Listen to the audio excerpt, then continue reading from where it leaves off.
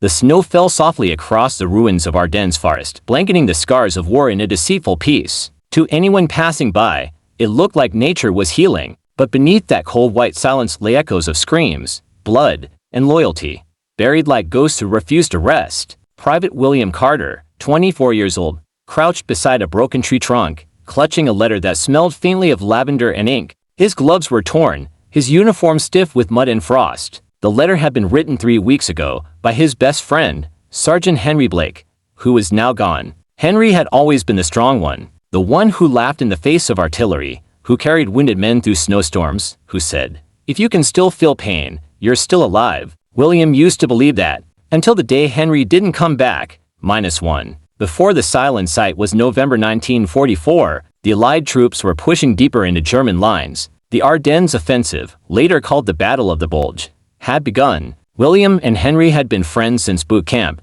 Henry was tall, broad-shouldered, with a grin that could lift morale better than any general's speech. William was quieter, thoughtful, bookish, the kind of man who wrote poetry in the corners of maps. They promised each other one thing, greater than if one of us doesn't make it home, the other will deliver the last letter. That promise haunted William now, because he was carrying 2 letters in his jacket, one addressed to Henry's fiancée, Eleanor, and one addressed to Henry's mother, -2. Fire in the snow on December 16th. They were stationed near Bastogne. The forest was silent except for the hum of wind and distant artillery. Henry stood watch beside a frozen foxhole, smoking a cigarette that glowed like a tiny ember in the dark. "You ever think about after?" Henry asked, exhaling smoke into the cold air. "After what?" William replied. "The war? What it'll be like. If we'll even remember what peace feels like." William smiled faintly. "Peace will feel like the snow, cold, quiet, and impossible to trust." They both laughed, softly, bitterly.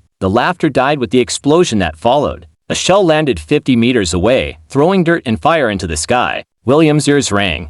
When the dust cleared, Henry was gone. William searched through the night, shouting, crawling, bleeding, until he found Henry beneath a collapsed trench wall, still breathing, but barely. Henry's eyes flickered open. "Bill, you know the promise." William gripped his hand. "Don't talk. I'll get a medic." Henry shook his head weakly. "No time. Take them." He reached into his coat pocket and pressed the folded letters into William's trembling hand. Then he whispered his last words, words that would carve themselves into William's soul forever. "Greater than. Loyalty isn't staying alive. It's keeping your word. -3. The letter that wasn't sent after Henry's death. William refused tea.